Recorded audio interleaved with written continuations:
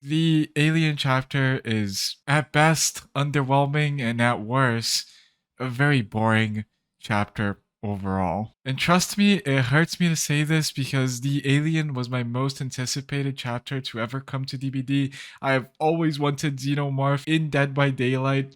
The Alien Isolation game is probably the best horror game that's ever been made ever. It's my favorite horror game by far. It's amazing to have the xenomorph in Dead by Daylight. The killer itself, design wise, is amazing. The first time I played against the xenomorph on the PTB, I was actually spooked out. And I've been playing this game for too long to be spooked out by killers, you know? I only play for chase, and being chased by a killer and being scared never happened to me other than like the first few times I played the game. So that was insane. That was really cool. BHVR always blows it out of the park when it comes to design. So like visual design of the killers, visual design of the maps. Most maps that they make are insanely good looking. So the art department at BHVR is insane, and I have no complaints about that. What I do have complaints about is the gameplay design of both the killer and the map that came with the killer. In case you guys haven't played much against the Xenomorph, I'm going to be showing both killer gameplay and survivor gameplay in the background, so you know that I know what I'm talking about. In case you guys don't even know how the Xenomorph plays, you haven't even watched a single video or even played the character, I'm going to give you a very quick, basic explanation of how it works, just so you understand what I'm going to be complaining about. The Xenomorph plays pretty much exactly like Huntress, Nemesis, Demogorgon at pallets. He has a tail attack that can go over pallets. It works pretty much like a ranged attack. So you know how when you're against the Huntress, you have to fake drop the pallets so the Huntress pulls up before you actually drop the pallet so she can hit you with the hatchet. But then you have the ability to not drop the pallet and just keep running around the pallet and she misses the hatchet. That's pretty much the gameplay loop of Alien in Chase. Now the difference is that Alien doesn't always have his power, kind of like Huntress does, or Nemesis always does also. The Xenomorph starts the game out as a normal one killer, and by just existing in the game, you don't really gotta do anything. You don't gotta earn your power, really. You go into runner mode, which basically just means that you go on all fours and you have your tail attack. The Xenomorph can also be burnt out of his power, burnt out of runner mode by flamethrowers that you can place down on the map, and that's something else I want to talk about entirely. But just overall, it's not a very prevalent mechanic. I played 5 games in a row as Alien. I won all 5 games, and I had 0 problems against the turrets. I only got broken out of my power maybe twice or 3 times in all 5 games. So it's really not a prevalent enough mechanic to justify how powerful the power actually is. Now, a killer that is quote unquote a chase killer and that has to play pallets and follow survivors is inherently not going to be the strongest killer in the game. There's no way he can be the strongest killer in the game when there are killers that can literally run Mach 7 and just ignore all mechanics in the game. There are killers that can blink through over pallets. There are killers that go invisible and run at 500% survivor speed. So he's not going to be the strongest killer in the game. He's not going to be on par with like Nurse and Blight. And before I even complain about him, I need you guys to understand that a killer being strong is not a problem. Okay? I have no problems with killers being strong. But the xenomorph is uncounterable. It is the worst ranged power design I've seen from PHVR.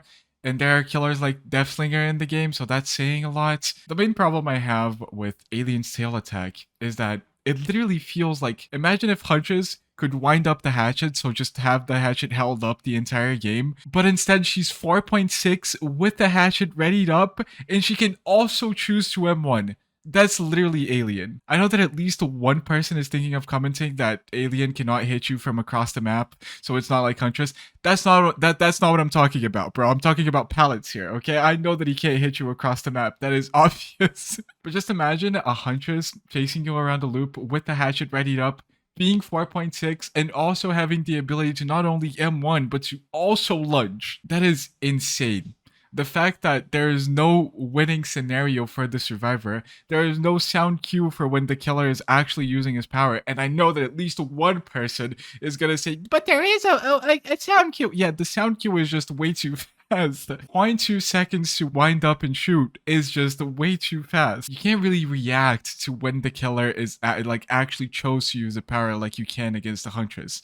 And it's so funny to me because every other killer that they release that has a power that can hit you over pallets like that has a very, very clear sound cue. Whenever a Huntress winds up the hatchet, she goes, Nemesis Tentacle, Wesker power. And an alien is just like, it's just like a slight, barely noticeable sound when he's actually like just throwing the hatch. It's like Huntress made the sound when she threw the hatchet instead of when she pulled up the hatchet. That's the problem. Now, the main counter argument to the power being that insanely powerful at loops is that the killer can be broken out of the power by the flamethrower turrets. It might just be because, you know, the chapter hasn't been out for too long yet, but the turrets feel way too weak. They're too weak. They're too hard to use. They're too hard to like set up. And DBD is not a game that allows survivors to set up, like place a turret somewhere and just always run there whenever the killer is after you, because the killer decides if he's gonna chase you into that side of the map or not. The killer can also break the pallet on that side. So what? You now have to set up a different flamethrower somewhere else and have to counter your teammates to not use the pallets over there. It's just a horrible mechanic. And also, whenever you grab a flamethrower turret, you move like slower than crouch speed probably. So let's say you want to grab a flamethrower and put it somewhere like a hotspot that you know that has a bunch of good pallets in. It's gonna take you years to get there with the flamethrower, and even that would be okay because it would just be passive slowdown. But the problem is that the flamethrower turrets are not guaranteed to burn him out of his power. If the alien player is even remotely decent at the character, he can use the tail attack to destroy the flamethrower turrets before the flamethrower turrets even burns him out of the power, and then at that point there's literally nothing you can do. Again, let me just reiterate this. He's not going to be the strongest killer in the game, not even like by a long shot, okay? He still has to hold the W key and get close to the survivor before using the tail attack. I don't think he's overpowered, but his power is uncounterable. There is nothing as a survivor player you can mechanically do to outplay the tail attack. That's not to say that you can't do anything. You can technically dodge the tail attack. You can crouch over windows. If the alien is not close enough to the window, he's not going to be able to readjust to hit you when you're crouched. You can still fake drop pallets and run around the pallets.